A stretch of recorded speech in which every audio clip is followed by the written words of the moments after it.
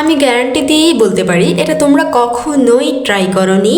আর এত বেশি মজা আমি ফার্স্ট টাইম খেয়ে আমি তোমাদের সাথে শেয়ার না করেই পারলাম না। তো এটা বানানোর জন্য আমি কাঁচা মটরশুঁটি নিয়েছি।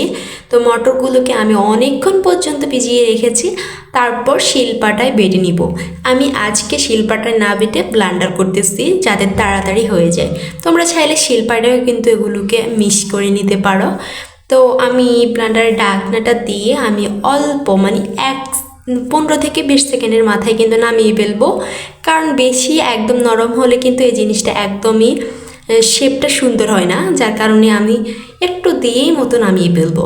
তো আমি ব্লেন্ডার হয়ে গেছে, এখন আমি নামিয়ে ফেলতেছি। তো সবগুলো দিয়ে এবার আমি সুন্দর করে উপকরণ অ্যাড করব যা যা প্রয়োজন হবে। তো আমি এখন দিয়ে দিচ্ছি পেঁয়াজ কুচি। আমি প্রায় 1 কাপের মতো পেঁয়াজ কুচি এখানে অ্যাড করেছি। পেঁয়াজটা দিলে একটু ভালো লাগে। তারপর দিয়ে দিচ্ছি 1 চামচ কর্নফ্লাওয়ার। তোমরা যাদের কাছে কর্নফ্লাওয়ারটা না থাকে তারা কিন্তু এখানে ময়দাটা ইউজ করতে পারো, তবে কর্নফ্লাওয়ারটা দিলে বেশি মজা হয়।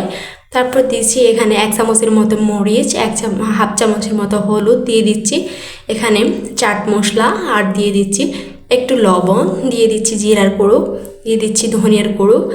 তো সব ধরনের কিছুই কিন্তু এখানে অ্যাড করতে হবে। মশলা কিন্তু যত বেশি দিবা তত বেশি মজা, তবে বেশি পরিমাণ দিবা না, সব কিছু থেকে অল্প অল্প পরিমাণ মশলা দিতে হবে, তাহলে কিন্তু এটার টেস্ট। আবার বেশি দিলে কিন্তু এটা আলাদা একটা বাজে স্মেল চলে আসবে।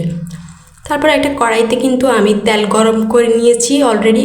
অনেকক্ষণ পর্যন্ত কিন্তু তেলটা গরম করে নিতে হবে, না হলে কিন্তু উল্টা দেবে না, বরং নিচ পাটে লেগে যাবে। তারপর আমি লম্বা লম্বা করে শেপ দিয়েছি, দেখতে পাচ্ছ শেপটা তোমরা কীভাবে দিতে হয়। তো এভাবে দিয়ে তারপর যখন এক পাট হয়ে যাবে তারপর আরেকবার দিবা।